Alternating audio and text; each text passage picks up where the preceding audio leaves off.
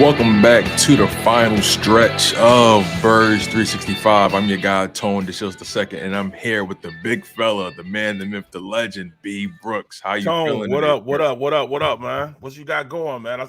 I see you coming on the front and center right now, man, making this happen. Let's go. Let's go.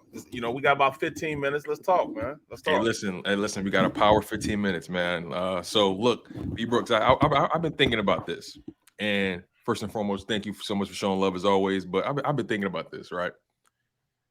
If it came down to it, if the Eagles said, "Hey, we need an extra old lineman, but we don't know who to call. We need somebody that done it before. We need somebody that's done it on a high level, on the highest of levels. We need somebody with the experience, the pedigree, the moxie, the swagger, the juice." You know what? I know a guy, B. Brooks. If they gave you a call, how many reps do you think you would have in you? How many reps do you think you would have in the tank, the good brother B. Brooks? I'm gonna tell you, I'll give you one drive. If the drive is like maybe Game winning drive. 8 plays. I got you 8 plays. We get to that 9th play, 9.5. No way, man. Them real men out there now, man. Going against guys like Jordan Davis. Come on, man. Linville Joseph. I'm not trying to do that these days, bro. Although I did play against the real deal players, man. Like even these defensive end these days, they still don't hold a candle to what I played against. My first couple of years in the league, I had Chris Dolman. I played against Pat Swilling, Derek Thomas, the best defensive edge rusher I've ever played the game, and the Reverend, Mr. White. Gritty guy. I played against Lloyd Green. The list goes on and on. Bruce Smith, Leslie O'Neal. Top quality defensive ends Michael Strahan. The list goes on and on and on. I play against guys that have gold jackets. The Leon Letts of the world, the Charles Haleys of the world. That was like an everyday Sunday with me. These guys get maybe every once in a while they'll get a guy that's gonna have a gold jacket. Me, it took like my first 6 or 7 years of my career. I played against guys, at least 5 to 6 guys that would have gold jackets on later on in their lives. So the quality that I went against and I played against was well beyond the players that these guys are playing. Even Aaron Donald, you say Aaron Donald's great. I'll go John Randall or Leon Lett. I put him up against one of those two guys. That's the quality of player that I played against when I was playing, man. Bona fide Hall of Fame type of defensive ends and defensive tackles. So, like you just laid out, you've been through plenty battles in the trenches. You're battle tested. You've been through plenty wars. So I got to ask you this. From a former old lineman's perspective, how should the Philadelphia Eagles defensive line handle what the Titans do well? And that's run the ball with Derrick Henry. From an old lineman's perspective, you're there. You're a tackle for the Tennessee Titans. And you're going up against the Philadelphia Eagles. What do the Philadelphia Eagles need to do to take advantage of you being on that offensive line for the Tennessee Titans? I'll tell you what, penetration kills all run plays, man. They got to get up the field, penetrate. And when you penetrate, you get enough penetration, you make Derrick Henry start and stop his feet. You let him get a full head of steam going, it's going to be hard to bring that big fella down. You must make him stop, redirect. The only way you can do that if you set edges and stop penetration. Get penetration up the field. And I believe they can do it. Kempson was right. You take and you put Linville Joseph over the nose, put Davis over the 4-eye or 3 technique over the guard, and put Sue over the other guard. Maybe put Fletcher Cox outside at the end position, and maybe Javon Hargrave on the other end position. When you put a defense like that up there, that's a lot of beef up front. You may not be able to rush the passer. Well, you probably could, with Fletcher Cox being outside and Hargraves being outside, and then you got Sue on the inside. But can you imagine having a 50 front with those 5 guys on the field? Fletcher Cox, Hargraves, Linville Joseph, Sue, and Davis. That's huge. That's the opposite of a NASCAR front. I don't know what you would call that. You would call that a Bigfoot front, or what do you call it? The big tire front? Yeah, you know what I'm saying? The Angus front. The Angus. Yeah, you know what I'm saying? That's a front right there. You could definitely stop any run, and that's probably one of, the goal line situations. They'll probably have that lineup in there. But they have the athletes. They have the guys that could stop this running game. And I know that they're going to be able to do it. They're going to stop Henry from getting this full head of steam going. Because once he gets that full head of steam going, you got those smaller guys. You got guys, start making business decisions. Now, one thing I will say, Reed Blankenship, he's playing on borrowed time. So, he's like, you know what? He's going to come up. What? I'm telling you right now, he's going to come up and crack Henry. Trust me, because he don't know any better.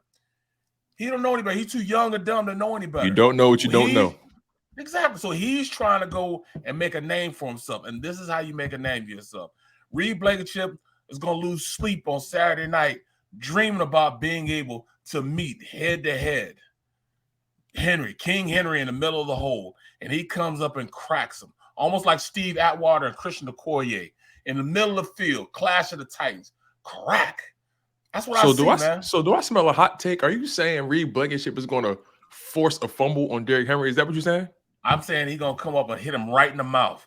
Now, I don't know how the results are going to be, what I'm saying? Because you got physics. There's physics involved with this, you know what I'm saying? You got this big dude coming downhill, and once something's in motion, it tends to want to stay in motion. But, hey, you got a guy that just don't care. He's on borrowed time. He knows he's out on the field, and he wants to make a huge impression. So my impression is Reed Blankenship comes downhill and has the hit of the century against King Henry.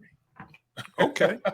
Now let's flip to the other side of the ball, the side that you're very familiar with, the Eagles' offensive line. Now, the Tennessee Titans, they're ranked third in the league in terms of defending the run. They're not giving them no more than 90 yards on the ground, which is amazing at this juncture of the season, right? So, from an O-lineman's perspective, what's the mentality that these guys should have going into this game? Not just the players, but also the coaches. Because again, even though they're stopping the run, I'm of the mindset of I don't care what you're good at. I'm going to dictate what I want to do, and then I'm going to make you stop me. You got to prove to me every single week that those numbers make sense. That's my mindset. Yep. I don't care what your record is, how many points you put up, how many guys you're able to stop in the run game. You got to show me every time we play that you're that guy. I'm pretty sure you've seen the old meme that's been circulating back in the day. Hey, buddy, you're not that guy. You're not that guy. Exactly. You need to show me that you're that guy. So, what's the mentality of the offensive line? That's the beauty. That's the beauty of this Eagles team. They have their bread and butter, and that's running the rock. And they're not going to deter anybody from allowing them not to run the rock. We talk about a defense. The last two times the Eagles have played the Saints, they have been the number one defense against the run. And Jalen Hurts is that X factor, man. They're able to run the ball against these teams, even though they're number one. You look at a team like Denver last year. Denver was like a top 5 defense against the run. They had over 200 yards rushing on them. The Saints were number one. They had over 240 yards on them. They run the ball when they want to run the ball. And it's basically that number one offensive line going against whoever they got there. But it's also the mentality that this team feels as though Jalen Hurts is the X factor. He's the de facto guy that he can go in there and make things happen that teams cannot stop. They can't do anything about it. You can't account for him in a number count when it comes to running the ball, because when he can run the ball, that means you have an extra blocker with the running back. And that's what makes it work, for this Eagles team. He is such a good athlete also that he can make guys miss. He's such a strong athlete, squatting 600 pounds, that he can even run through guys. Now, we know that, we don't want our starting quarterback out there taking hits or giving hits. We understand that. But this is the time where you start jockeying for position in the playoffs. And it's imperative that if this Eagles team wants to make it to the playoffs, make it to the Super Bowl, they must be that number one seed. The road must go through Philadelphia in the playoffs. If they can go through Philadelphia, it'll be smooth sailing, but they must go through Philadelphia. And the only way they can do that is they become the number one seed. Get that week off and then be the number one seed going forward. And that's why I think this game is a must-win game for them. For obvious reasons that you laid out, but also for me, you prove that you can stop anyone on the ground. If there's the top echelon, the upper echelon of running backs in the NFL, Derrick Henry is right there. Oh, he is, yes. So if you can prove that you can stop Derrick Henry, that's a huge confidence booster for your defense, your front seven, as a matter of fact. And then on top of that, you also prove that your strengths outweigh your weaknesses. You know, we all know the Philadelphia Eagles have struggled with stopping the run this year. But if you can do it against the best of the best, then you feel like you can do it against anybody, like I said. And on top of that, Hurts to get that high-quality victory, that high-quality win on his resume, which for some reason people always love to lay out that he doesn't have, right? So, you know, do you believe this is a must-win game? Do you believe that this game can really, you know, turn the tide for the Philadelphia Eagles? Is this a corner-turning game? It's a statement. It's a statement game, and it's gonna put every team that runs the rock on notice that the Eagles gonna face coming up pretty soon. I mean, we still got to play Dallas. They run the rock. Chicago. We got to play Chicago. We got to play the Giants. You know, we still have teams that run the ball efficiently, and the knock has been on this team that they cannot stop the run. Best believe Gannon's going to have those guys pissed off and ready to rock because everybody's saying that they don't match up well against this Titans team. You know, the Titans are going to beat them because they can't stop the run. Hey, B. Brooks, let me ask you a question real quick. You brought up Gannon, right? And the Eagles have a lot of beef, like we always mention. On that defensive line, Linval Joseph, Fletcher Cox, Javon Hargrave, Ndamukong Suh, Jordan Davis, Milton Williams, so on and so forth. They got a lot of beef, a lot of size, a lot of money on that defensive front. But Jonathan Gannon's mentality, his philosophy, the way he approaches the game, it kind of takes away from what those guys are capable of, right? And even though we know from a talent perspective, those guys are top notch, those guys are big bodies, they can move anybody around. Can Jonathan Gannon be the Achilles heel of this defensive line because of his commitment to his philosophy and his scheme? Well, at this point, his philosophy is going to be that, all right, you need to get the job done. You know what I'm saying? There's going to be a problem here. And he knows and understands what he has to do now. It can't, you know, it's not a philosophy-based defense when you're going up against teams that you know what their philosophy is. You got to do what's going to get it done to win the game. And I think that's what Gannon will do. He knows that he has to stop the run, so he knows he's going to have to go out there and maybe run some run blitzes. See, I think if we had Gannon, if Gannon was a first-year coach this year, and we don't know anything about what happened last year, and we look at what he's done this year, we'd be mentioning him with the upper echelon defensive coaches, you know, the Emmett Thomases that have been here, the Jimmy Johnsons that have been here, those upper echelon defenses that we see, the Buddy Ryan defenses, because the numbers and statistics point towards this defense being very, very good. But we know what happened last year, and our mentality is, all right, we're going to always go back to that bend but don't break. Have everything happen in front of it, and then go down and corral it and stop it. He has the athletes, yes, to go out there and play more aggressively, but he just wants to win the game. So he's going to do whatever to win the game. Like I said, his defensive numbers we would be mentioning him as having a great year, a great season, but we always revert back to what he did last year and making a comparison of what he's doing this year. I think Gannon is done, you know, well this year at going out there and optimizing the talent that he has on the field. Yes, he could play a little tighter man-to-man because he has the cornerbacks to do it.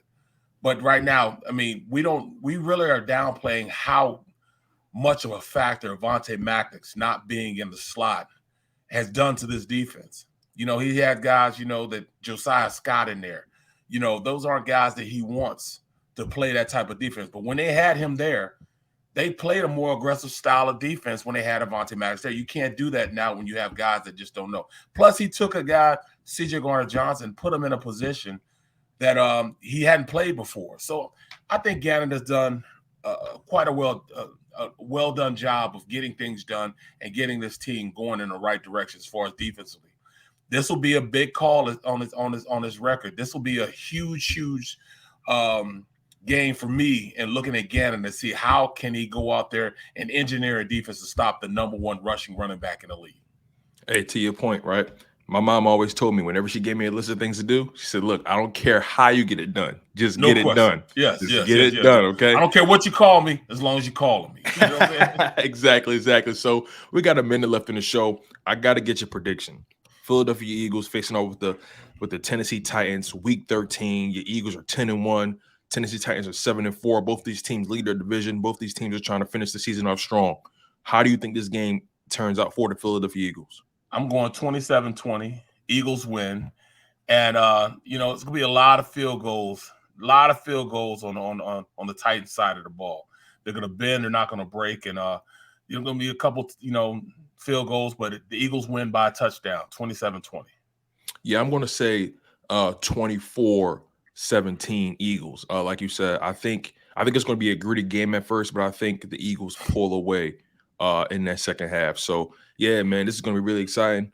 B Brooks, as always, my man, I appreciate you always for being gracious, for always taking the time out to not just chat with me, but also taking that time out for Birds 365, my man. I know you got a full slate today with the Sports Takes guys, Rob Ellis, Derrick Gunn. I know those guys will keep you on your toes. So No B Brooks, question. as always, we appreciate you, my man. Appreciate it, TD. Definitely. Hey, listen, you guys, y'all heard it here first. B Brooks said it. Touchdown win for the Philadelphia Eagles. So make sure you guys continue to smash that like button. Make sure you guys continue to stay engaged on JAKIB Sports. And also make sure you guys check out Sports Take Guys and the National Football Show. Man, it's a big weekend, you guys. Can the Philadelphia Eagles pull it off? We'll find out. You guys were locked in on Birds 365. I'm your guy, Tone DeShields II, and I was here with the former NFL guy, the former offensive lineman, the big guy, the big fella, Barrett Brooks. Take care, you guys. One love, stay humble, stay healthy, and most importantly, stay hungry.